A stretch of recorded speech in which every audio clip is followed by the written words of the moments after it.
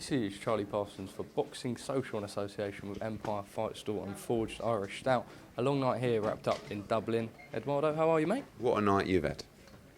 How are you feeling? Mate, I had to keep it cool, right? And I'd had a little briefing from Frank beforehand. It was just so surreal. I've tried to wrap the interview up. He's then started going, get the fucking badge in, talking to me about Stone Island. How have we got to a point where Ed Sheeran has come to his first ever boxing event and he knows about you?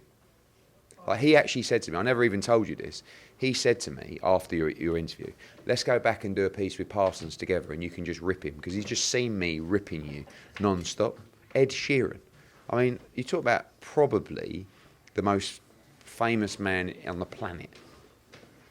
Look at you, you've gone all giddy, haven't you? It's nuts. At the end, he's ran over to me. I've like gone by to Kev and everything.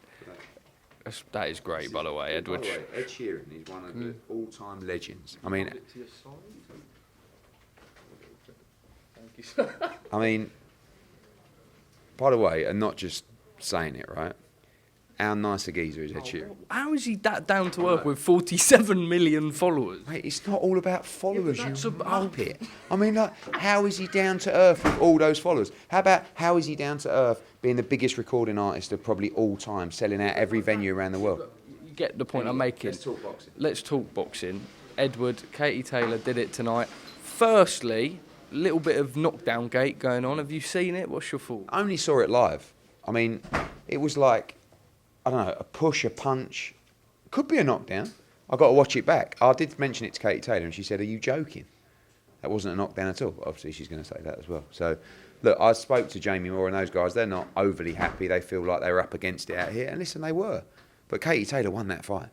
There wasn't anyone sitting at ringside that didn't agree with that.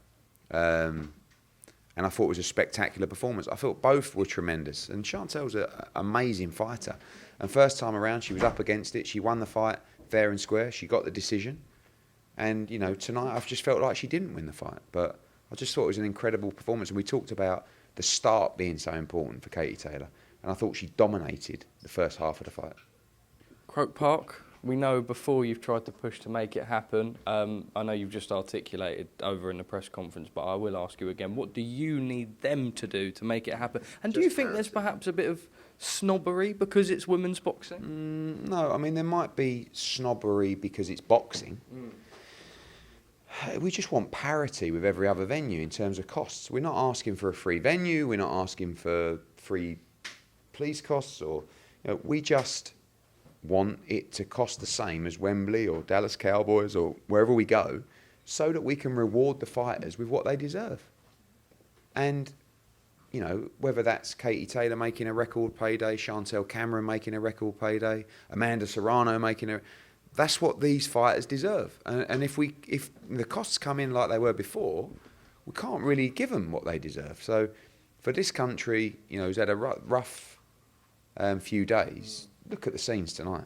Unbelievable. One of the greatest nights I've ever been involved with. I mean, I just turned round and I was like, wow. They bounce. I know. So does your head, because it looks like a tennis ball.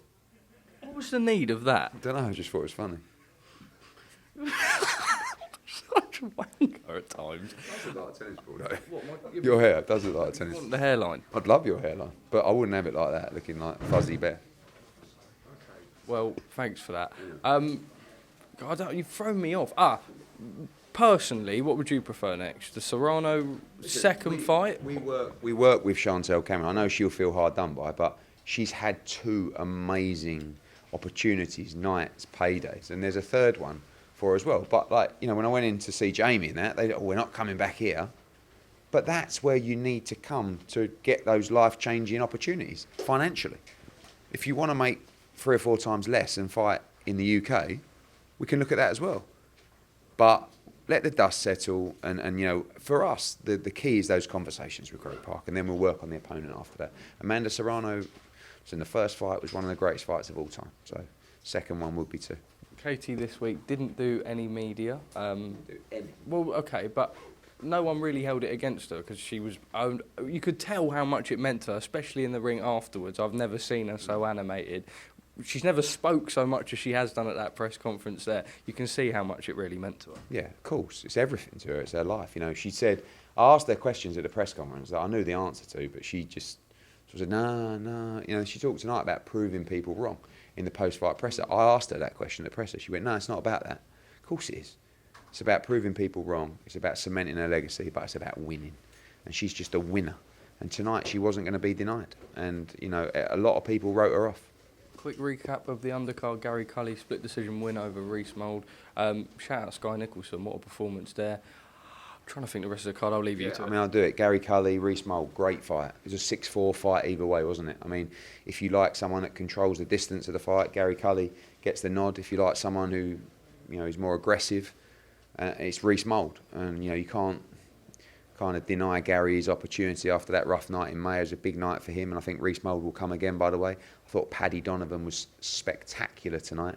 Big step up for him, and he looked $1 million in there. Thomas Carty was disappointing. You know, Dan Garber didn't really come to fight, but he's got to be a little bit cuter than that. But it's a good learning experience in front of a big crowd. As you said, big win for Sky Nicholson. She stopped Lucy Wildheart.